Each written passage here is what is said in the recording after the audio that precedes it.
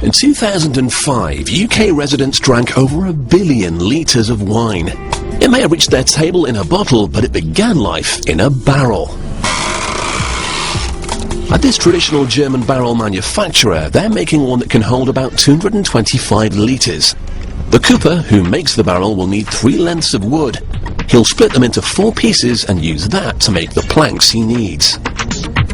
Now, making a barrel isn't just about sawing wood into planks and sticking them together. You'll end up with a square barrel for a start. Another problem with just sawing up your wood is the tree's pores. When the tree was growing, they would help carry nutrients to the leaves and branches. However, once it's cut down, the pores become just holes in the wood. The planks must therefore be cut with the grain of the wood to stop the barrel's contents leaking out over time. Traditionally, oak is used to make barrels because it's strong, and the chemicals it releases help it to improve the quality and flavour of the wine.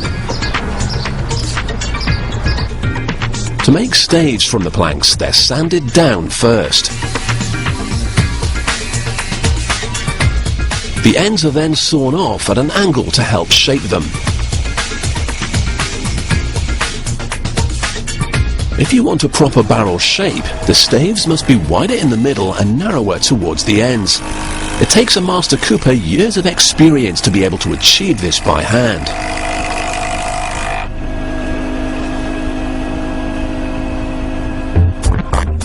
Now, although they're not all exactly the same, traditional wine barrels have a diameter of 56 centimetres.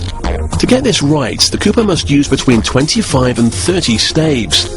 But as they're all slightly different, he has to keep trying until he gets the right combination, which can be a little bit hit and miss.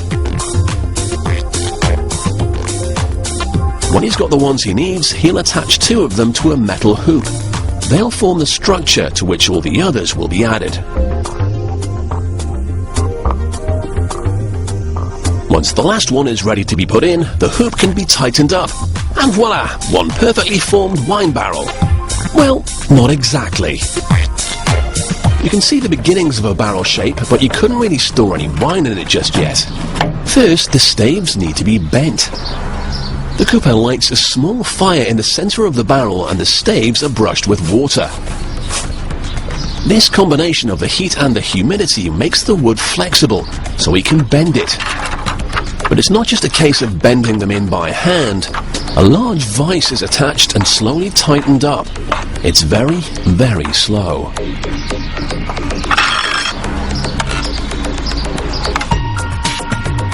After about 2 hours of tightening, you can actually see the barrel shape, even though it doesn't have a top or bottom yet.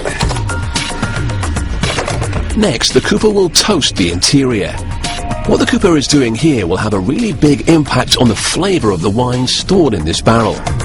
A small fire is lit to singe the wood. More singeing will mean a richer, smokier flavour for the wine. But he has to be careful not to burn the barrel too much. That would ruin the wine. Having spent ages making it watertight, the cooper now drills a hole in the side so he can get the wine out. He also needs to give it a top and bottom, so a lip is cut into the inside.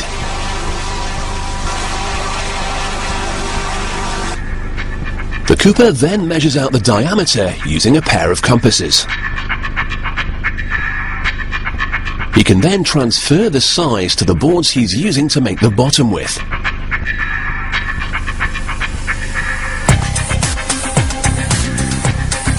It's then time to turn on his trusty saw and cut out a perfect circle for the bottom of the barrel.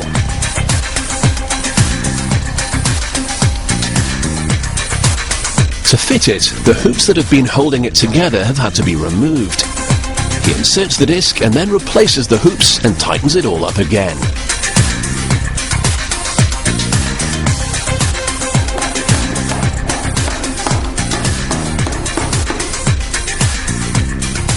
Then, just to be sure it really will be waterproof, he sticks straw into the gaps between each stave.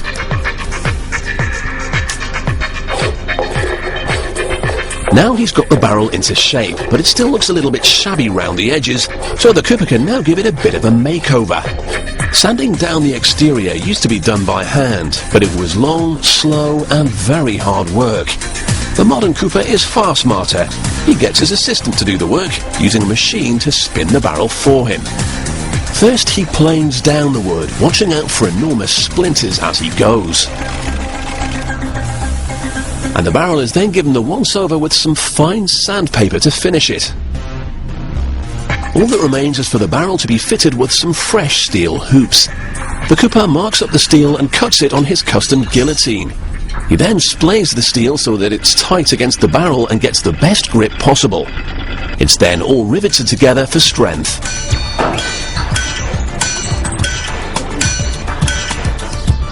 The hoops are now fitted to the barrel and hammered firmly into place.